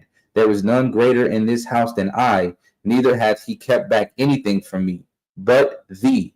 Okay, everything but you, because thou art his wife. How then can I do this great wickedness and sin against Elohim? And it came to pass as she spake to Joseph day by day, so she continued to try this, right? That he hearkened not unto her. So he continued to reject her, to lie by her, or to be with her. Excuse me. And it came to pass about this time that Joseph went into the house to do his business, and there was none of the men of the house there within. And she caught him by his garment, saying, "Lie with me." And he left his garment in her hand and fled and got him out. So he refused, right? So Josephus is referencing this. And the use of bed and what Josephus used in his writings, because he wrote in Greek, this Greek phrase right here appears literally means to defile the bed. It refers to the marital bed. It's not just a sleeping place, but a symbol of marital union and fidelity, right? And to defile, pollute, stain, especially in a moral or sexual sense. Josephus uses the phrase to describe the woman's adulterous intentions, right? Adulterous intentions. Her attempt to sleep with Joseph would have defiled her husband's bed, i.e., her marriage, the marital bed. This usage confirms that bed is symbolic of the marital covenant and is violated by fornication or adultery. Okay? Witness to Hebrews 13:4. The undefiled bed in Hebrews refers to sexual purity within marriage. Josephus shows that to defile the bed is a common idiom for adultery, which we just saw in the Strong's Concordance. Plutarch, the Fluvius, or however you say his name, is a collection of semi-mythical stories about rivers and their names. In section 8.3, he discusses symbolic acts of moral defilement, often using mythological settings. The use of bed, so his use of the same word, also uses the same word that Josephus is using in the phrase defiling the bed in the context of adulterous or immoral behavior, this time more allegorical but still tied to sexual morality. Like Josephus, he refers to the marriage bed, not merely a literal place of rest. The term carries the moral weight of covenant fidelity, especially in sexual matters. So even though he is a Greek philosopher and not a Hebrew or biblical writer, his usage of the language, okay, we're talking about the language of Greek, his usage reflects the shared Greco-Roman cultural understanding to defile the bed is to break sexual boundaries, particularly through adultery. Again, it's a witness to Hebrews 13:4, right? When we go back up to Hebrews 13:4 in the Strongs, what did it say? It says the marriage bed of adultery. People miss this part. This is the part they miss. It's all associated with Hebrews 13:4. So Greek phrase used, same Greek phrase used, marital bed literal, marital bed in allegory, and both is either adultery or sexual immorality and adultery. And they both support Hebrews 13:4. So even outside of the scriptural writings, Greek-speaking Jews like Josephus and pagan philosophers like Plutarch used the term bed in the same moral sense as Hebrews 13:4, which was supposedly written by Paul. Not merely as a place of sleeping, but as the covenant space of sexual intimacy in marriage. When defiled, it pointed directly to adultery or fornication, which the verse does itself. Thus, the phrase, the marriage bed is undefiled, does not mean anything goes within marriage, but rather it affirms that the bed must be guarded from sin, specifically from sexual acts that violate covenant fidelity, fornication, and adultery. The word undefiled is Strong's Concordance 283, amiantos, means unstained, undefiled, or pure. You're going to see something here too. It's a derivative that means defiled, unsoiled, pure, undefiled again. Undefiled because unstained, okay? And you come down to the specific context. What does it say in the Thayer's Greek lexicon? Free from adultery, Hebrews 13:4. This is another piece. This is another piece that people miss. Even the word undefiled, specifically in context, is talking about adultery. And down in the topical lexicon, it says a lot about it, but this is just added information. A sanctified marital union, and you can go to the Strong's Concordance for yourself.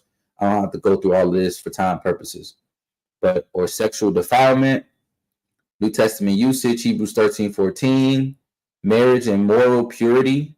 Marriage should be honored by all, and the marriage bed kept undefiled, for Elohim will judge the sexually immoral and adulterers. This is their, rendition. I don't know what version that is, but that's their rendition of Hebrews 13:4. Here the term sets Elohim's standards for sexual ethics. The marriage bed is to remain free from any stain of infidelity or illicit practice. By placing the warning in a chapter devoted to practical love and hospitality, the writer shows that pure sexuality is integral to a life pleasing to Elohim. Doctrinal importance. Number 3, it established the moral boundaries that safeguard marriage and community life. Coming down, uphold marital fidelity as a public testimony to Elohim's holiness. Okay, you can go to the Strong's and look up that word on your own time. So then what does defile the marital bed? The next part tells us in the verse, but whoremongers, and in certain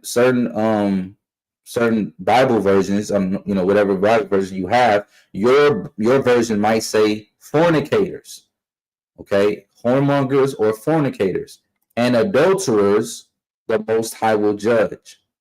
So a lot of times the focus when they're trying to, between the two viewpoints, the two main viewpoints, their focus is on the first half of the verse, not the second half.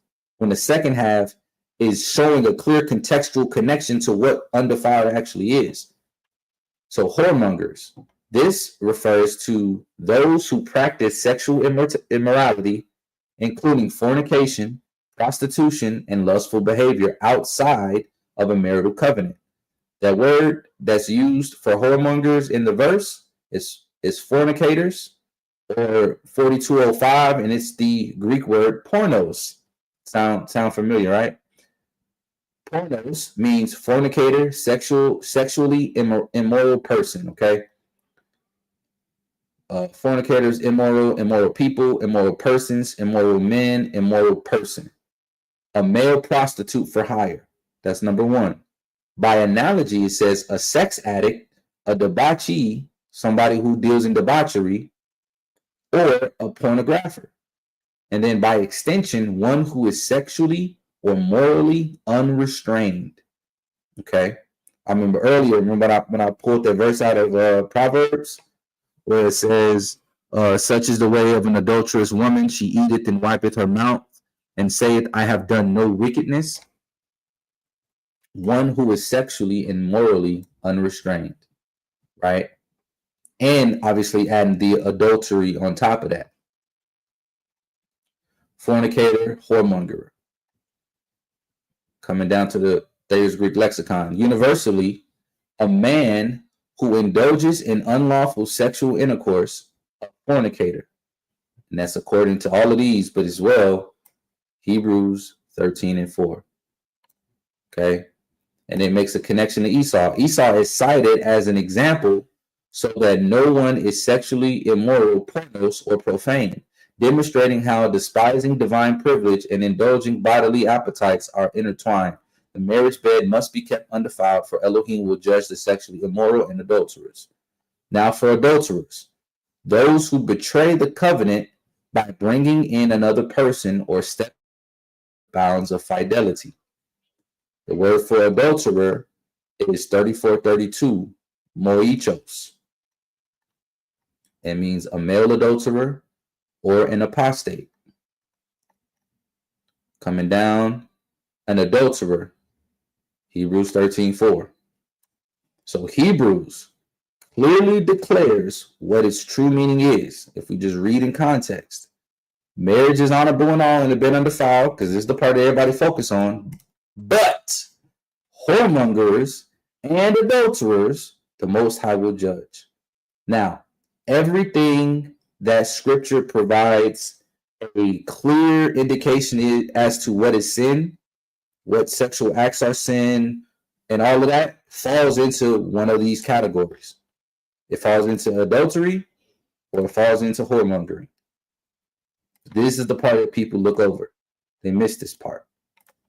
This is what defiles the marriage bed in context, not the style of sex, not the position, and certainly not the pleasure. It is violating the covenant through sin, transgressing the law as defined by 1 John 3:4, that invites judgment. And as a reminder for 1 John 3:4, whosoever committed sin transgresseth also the law. For sin is the transgression of the law. The verse is protective, not restrictive. This verse is not meant to put chains around married couples. It's meant to shield the sanctity of marriage from outside corruption. It's a warning to guard the covenant from spiritual and sexual pollution. It's a reminder that the marriage bed is clean unless we bring sin into it. It's a protection against both extremes, adding man-made rules to marriage that the Most High never gave, or thinking marriage allows anything without any type of boundaries. The verse keeps us grounded in what he actually said. So a word to married couples. Some of you have suffered under guilt for years. You've been told that enjoying one another too much or in unusual ways makes you carnal or shameful. But the Most High never said that. Let's revisit a few scriptures in the proper context and significance. Genesis 18:12. Therefore Sarah laughed within herself, saying, after I am waxed old, shall I have pleasure? My Adonai being old also. She speaks of pleasure within the marital bed, and she is not rebuked. The scriptures are clear. Sexual pleasure in marriage is lawful and holy, as long as it honors the covenant and avoids what is clearly forbidden in Torah.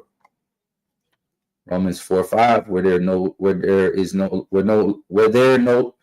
law is, there is no transgression. We must not add to the word unless the Torah forbids it. We cannot declare it a sin. So let us be bold in defending the truth and gentle in healing those who have been falsely shamed. Final conclusion, undefiled does not mean unrestrained. After weighing every major viewpoint, testing them against the law and the testimony, and applying sound reasoning with scriptural integrity, we are left with the clear and sobering truth. Hebrews 13:4 is not a license, it's a warning. It does not say marriage makes all sexual acts holy. It says marriage is honorable in all, and the bed undefiled, but whoremongers and adulterers the Most High will judge. The entire point of this passage is to guard the covenant from pollution, not to grant unchecked permission for anything done behind closed doors, nor to add extra unnecessary forms of protection in an attempt to keep it holy. Outside of the commandment, the focus is on defilement and what brings that defilement in a sacred union. Why I take this position, I stand firm in my knowledge and understanding that Hebrews 13:4 guards the marital bed from defilement, meaning from cheating, fornication, pornography, and sexual acts inspired by lust, domination, or abomination. But the text does not micromanage specific acts. It calls for faithfulness, covenant loyalty, and purity of conscience. In line with that, we stand firm on the following. The law defines sin, not our feelings, not our opinions, and definitely not our emotions. Marriage permits certain acts of sex and restricts others. Oral and anal sex are not forbidden in Torah when done within a loving, consensual marriage and in the spirit of pleasure, not perversion.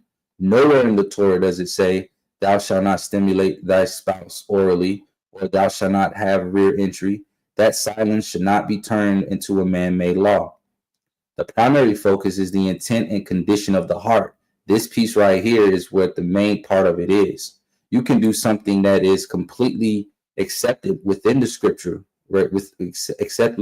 Completely accepted within scriptural bounds. But if your heart posture isn't right, if you have lust in your heart, if you're operating not in a sense of holiness, then even that regular, what normally would be accepted under normal circumstances, is now something that's been perverted, and you've defiled the marital bed anyway when performing such things.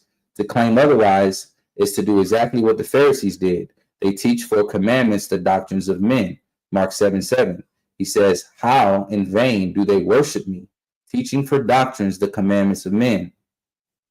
The true spirit of marriage, of the marriage covenant, is not control, it's not fear, it's not hiding in shame. It's about oneness, trust, freedom, and honor. Yes, there are things that can defile the bed, but there are not such acts that are done in love and in agreement between husband and wife. There are acts that violate Torah, whether through adultery, fornication, perversion, or rebellion, etc., etc. What I am restoring here is balance. What I'm teaching here is liberty within the bounds of covenant.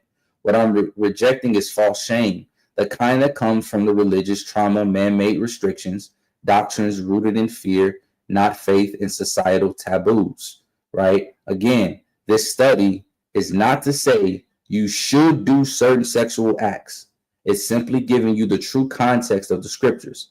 If certain sexual acts are something you, as the married couple, decide not to do, that's totally fine. It's well within you guys' right, okay? There is no penalty for choosing not to participate in certain sexual acts.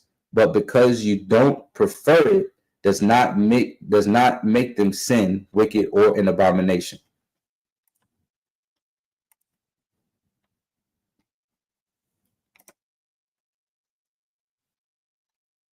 Oh, sorry, people fell out and I didn't see you. I brought y'all back on in here.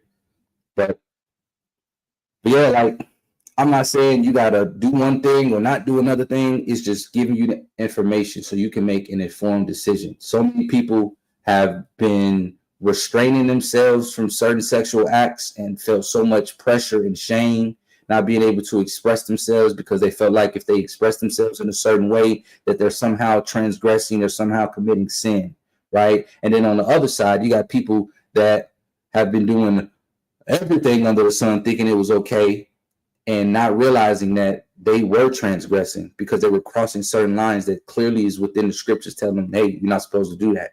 The Bible does give us sexual liberty in regards to within the confines of the marital bed, but there is certain things you ain't supposed to do, and it's right there in the scriptures.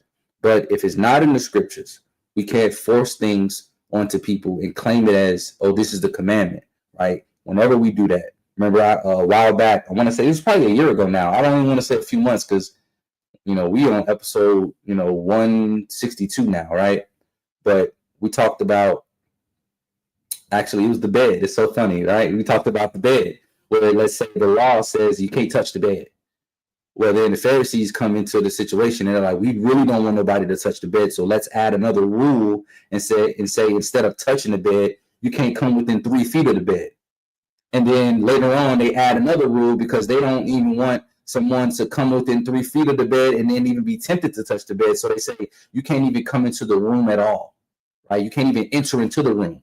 Well, there was never any commandment in the scripture, according to this analogy, that said you can't come into the room or you can't come in within 3 feet of the bed. It just simply said, the commandment said, don't touch the bed, right? So I understand the mindset and the intent behind the extremely restrictive view, right, of saying that a lot of things aren't permissible even in a marital bedroom. I get it. I get the spirit behind it, right? But in your attempt to overcorrect, you're actually transgressing. And then on the other side, I understand if you highly, value the marital bed and your marital covenant, and you want to truly express yourself with your spouse in any way you see fit, I can see the beauty in that. However, as long as you're not crossing certain lines that clearly go against what the commandment states, you can't just use Hebrews 13 to overwrite everything in the Torah and in the prophets, right? It doesn't work like that. So and again, like I said in the beginning, you have the one extreme and the other extremes, and then there's different viewpoints within those realms, right? Those are umbrella terms, and then underneath, you got people that is on one side, they're like, well, I do this and this and this, but I don't do those things, right? And then on the other side is like, I don't think we're supposed to do this and this and this, but I do approve that you can do this, this, and this. So I'm not lumping everybody into one side or the other. I understand that there's variations to it, but ultimately, both sides are missing that key point. When you go to Hebrews 13:4, and it says the marriage is honorable in all, and the bed undefiled, we forget the part about it saying, but whoremongers and adulterers the Most High will judge. That context shows what defiles the marital bed. And that's what a lot of people miss when it comes to understanding the scriptures, right? So that's all I got for this particular topic. Does anybody have any comments, questions, concerns? I know, Sister Katie, did you find that verse you were talking about? No, but I know it's out there. Yeah, just get it in and we'll go over it. I searched it on the web and everything, and I'm coming up empty. Yeah. But it's a quickly touch on masturbation, right? Let's say I gotta take a trip and I'm going out of town, right? Now everybody know who I'm married to. Everybody know I'm crazy about my wife. If I'm away for several days, if I choose to masturbate and I'm thinking of her or I'm thinking of nothing, how is that wrong? According to the scripture, right? If I'm thinking about her, I'm operating within my marital covenant, and I'm not transgressing anything else. So I'm not saying my marital covenant is giving me license to masturbate. I'm saying I'm operating in love, holiness, righteousness, because I'm keeping the Torah. But I also am free to express myself sexually if I choose to. If I and vice versa, if she goes on a trip and she thinks of me or whatever, right? We adults, we talking. It's just a lot of these things has been embedded in us, either from a religious standpoint or a cultural standpoint. And a lot of these societal norms have kind of blended in with the religion, and it's been so heavily pushed that even when we are literally looking at it in scripture, it's hard to look at it in scripture and kind of like accept it, because it's kind of like blurred from all of the covering up, right? You kind of got to scrape past it to get to see the scriptures clearly, right? That has happened so often and so much. And I get it's a very contentious topic, very people go back and forth on it. But it's right there, and you know how we do and how we operate here. We focus on what's in the scripture. If it's not in the scripture, we don't deal with it, and we're gonna tell it like it is from the scripture. Whether people accept it, agree with it, or disagree with it. And like I said in the thing, man, like if you say, listen, all me and my wife gonna do is missionary, and we ain't doing nothing else. Hey, that's y'all prerogative. As long as you happy and she's happy, y'all come together in agreement, love, honor, and respect, and hey, more to you. That's y'all marriage. Y'all define what y'all want to do in your marriage, right? As long as it's within those confines, and obviously only missionary is definitely within those confines. But if somebody else wants to take a more, libertarian type of perspective within the confines, they are more than welcome to do so, right? So we're not trying to pressure somebody, but I've had various conversations over the years with people, and when people hear the truth, it's crazy how much like that burden gets lifted off of them, right? When they realize, like, wow, I've been so hard on myself, I've been like, same thing with the Sabbath, right? So many people were just like, the Sabbath is a no fun zone type of day, and when the Sabbath comes, they are just diving their head in the Bible and nothing else, right? Like, they don't do no fun, they don't spend quality time with the family. They lock themselves in their room or their office or wherever, and they read the scriptures, and then they might take a nap, and then that's it, right? And then years upon this, and then they realize Isaiah 58 was never actually saying that. It wasn't saying you shouldn't have pleasure on the Sabbath. It was saying that you shouldn't conduct business on the Sabbath, which we already know that, right? And so that lifted a burden. A lot of times when you think about these different laws and stuff, the Torah is not meant to burden us. It's meant to protect us, and it's meant to guide us. It's not meant to be a burden. There's liberty and freedom within the Torah. When you truly study, you realize, like, yeah, there's restrictions, right? There's certain things to eat and stuff that we can't, certain things to wear that we can, stuff like that. But all of those things are beneficial to us. They're there for our benefit. You're like, well, it's too restrictive. It tells me I can't eat shrimp, I can't eat catfish, I can't eat pork, and I love my bacon, I love my pork chops, all of this. I can't do this and this and that. But then when you start eating those things and you get sick and you die, you look back at it and be like, oh, well, maybe I should have listened, right? So in all things, sister, I would say, did somebody say nap? Yep, it's permissible to nap, sis. Well, yeah, that's all I got. Handy with y'all. Hey, in the verse that says something about not doing your own pleasure on the Sabbath. That's Isaiah 58, and when you actually look at the context of it, that word pleasure is actually business, conducting one's affairs. Because I used to interpret that as I can't do any fun. I would lock myself in my office. My kids would come in there and say, Dad, can you play with me? Can we play a game? Can we do this? Can we do that? And I'd be like, nah, it's the Sabbath, baby. I got to stay in this scripture.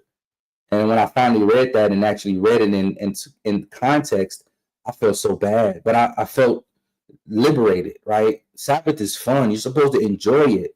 You're supposed to do the things that is enjoyable to you. You know what I'm saying? Yes, you should read. Yes, you should pray. Yes, you should worship. But the Most High gave it to us as a day of rest and recuperation to just enjoy. It's not to bog us down. You're supposed to look forward to the coming Sabbath, not dread it. You know what I mean? So yeah, definitely. We're looking at Isaiah 58 and look at the word pleasure in Isaiah 58. And in the Strong's Concordance, you'll see it. It says nothing about like actual pleasure and things that we do. Quickly, didn't you say, though, for men on Sabbath, you guys aren't supposed to I'm going to say it this way: spill seed until sundown. Correct. For the same reasons that I covered today, because when a man spills seed, he's unclean until evening, right? So during the Sabbath day, you ain't really supposed to have sex because you're spilling your seed and you become unclean on the holy day. But other than that, pleasure is fine, good to go. Sister Ava, thank you for that. She said Shabbat talk number 72. I'll break it down on that one. Hey, real quick though, isn't the point in not cooking on the Sabbath because you're wasting time? Like you're supposed to, do the prep work on prep day, so you got time to be in the scripture, and not like it's different. You got children, well, of course you should pay attention to them. They want to hang out or whatever. But I'm just saying, like, it's like if I'm not supposed to cook because I'm wasting time, then why would I go to a baseball game or something? You know what I mean? Well, it's not about wasting time. It's more so about the labor. Everything was labor intensive back in those days, right? And it don't say you ain't supposed to cook. It says you're not supposed to kindle a fire. And back in the day, you don't just turn a knob. Right to now, you just turn a knob, and the electric stove just gets hot. Or if you got a gas stove, the flame, woof, it comes on, right? Back in the day, to start a fire, it took work. I'm talking about you out there. You know what I'm saying? You doing all of that to prepare. We got food that's already skinned and cleaned and fresh. We just got to rinse it off a little bit, probably pull whatever little pieces of fat and dirt or whatever else off. But for the most part, it's pretty clean, right? And when we cook it, we cook it. Back in those days, you got to hunt your food. You got to hunt the deer.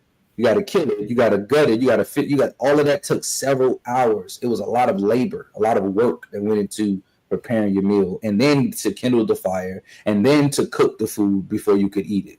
That's why all of that stuff was like, nah, no good on Shabbat. You're supposed to rest, recoup, enjoy your family, enjoy the Most High, and be at peace. You got 6 days. Well, there's also a big difference between throwing something that's already prepared in the oven and heating it up, as opposed to like spending all this time cooking and preparing things. You know what I mean? Yeah. That's what I was kind of thinking. Like, you don't want to make a 3 hour production out of chopping up onions and this, that, and the other. Yeah. I highly recommend checking out Shabbat Talk 72 because I go into a lot of that, and I also go into some things that holds people that's been holding people down and burdened too, as well as like specific things and specific acts to do on the Sabbath, right? Where they wouldn't do it. I know you probably heard, me and Professor S on here say, things that are therapeutic to the individual is permissible on Sabbath, as long as it doesn't break, any of the other commandments, right?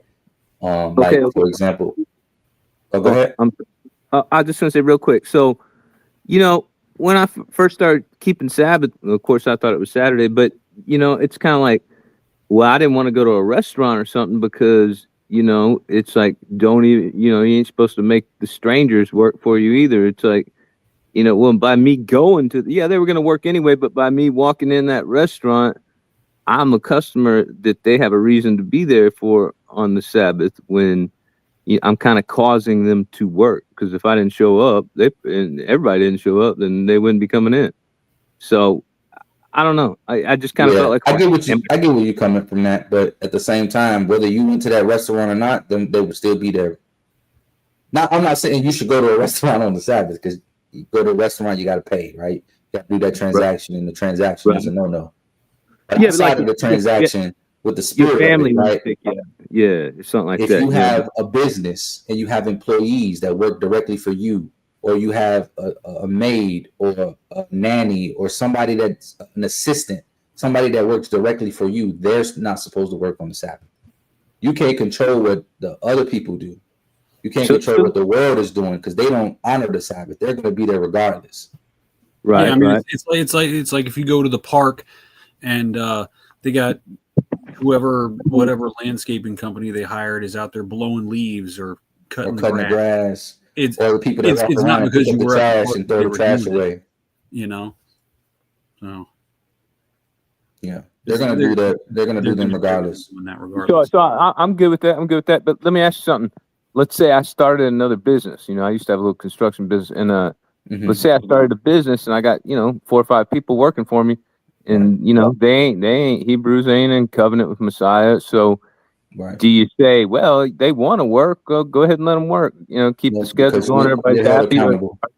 Or do you say, those are my servants, basically, because you're paying them, and I'm requiring them, I'm not making them take off for the Sabbath. How do you feel about that? Because you're in that situation because they work directly for you.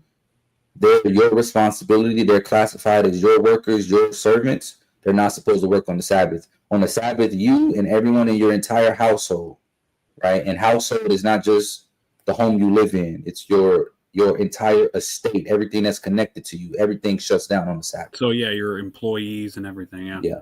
And also, if you want to get even more technical with it, within the scriptures, the scripture says that when you have a hireling, you're supposed to pay him his wages that day before the sun goes down, right? And again, we're not supposed to do monetary transactions on the Sabbath as well. So that adds another level to it. Gotcha. Yeah. But good, all great questions, brother.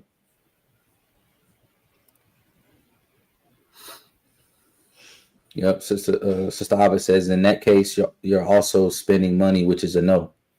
But like shooting guns is therapeutic for Professor S.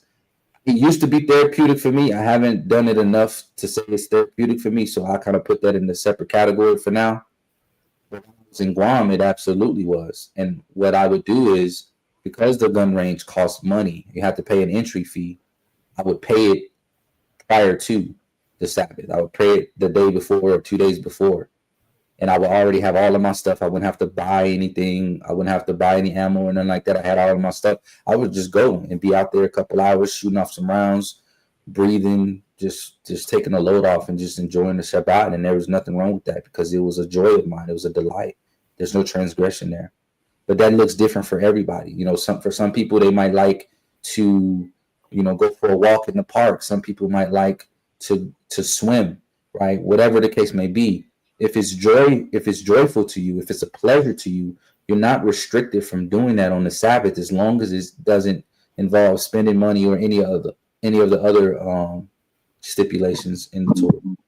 Yeah, for some people like swimming and some people don't like swimming. Some people would be like, oh man, that's too much work. I don't want to go swimming. Yeah. Some people would be like, I don't want to go hiking. Yeah. I wouldn't go hiking. That's too much work. It's too, other people find it relaxing to go hiking, Mm-hmm. So it's not like, I'm sorry.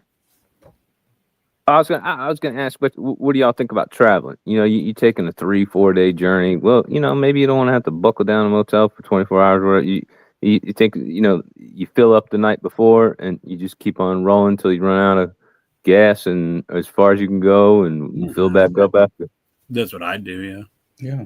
If it's something that is relaxing to you. The thing about the traveling is tricky because sometimes you run into a situation where you got to get gas, right? Or especially with road trips, if you don't pack food yourself, you got to make stops along the way to eat and stuff like that. So as long as you're not spending money in that regard, you're good to go. Cool. That's kind of how I saw it. Now I did spend one night when I first moved to Missouri in a gas station sitting by the pump waiting, back when I thought it was Friday night or whatever. But anyway. No, it's all good, brother. It's all good. That probably wasn't the Sabbath anyway. But even if it was, if you did it after sundown, the day's over. Right. Well, we were all flipped around with Jewish, Friday night, Saturday night or whatever, so I'm waiting for the Saturday to end. That's what it was. I don't remember. It was a long time ago. But yeah, great questions though. But yeah, man, definitely check out number 72. That one's it'll give you a lot of good info. And if you need after you watch it and you need the information that's in there, hit me up and I'll shoot you over the PDF of it. Cool. Anybody else? Any questions, comments, concerns?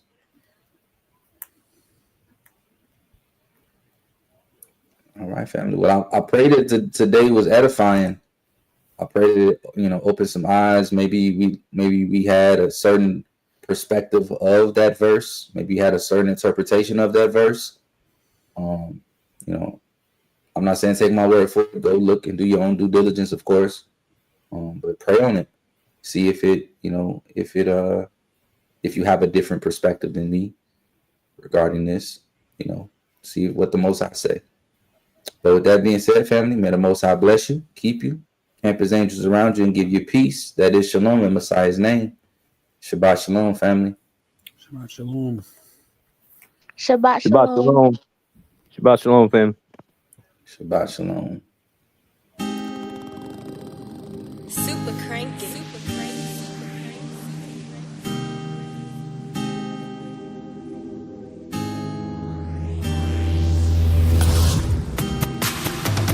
Yeah, we righteous, but we still know how to party. Sipping wine, reading scripture.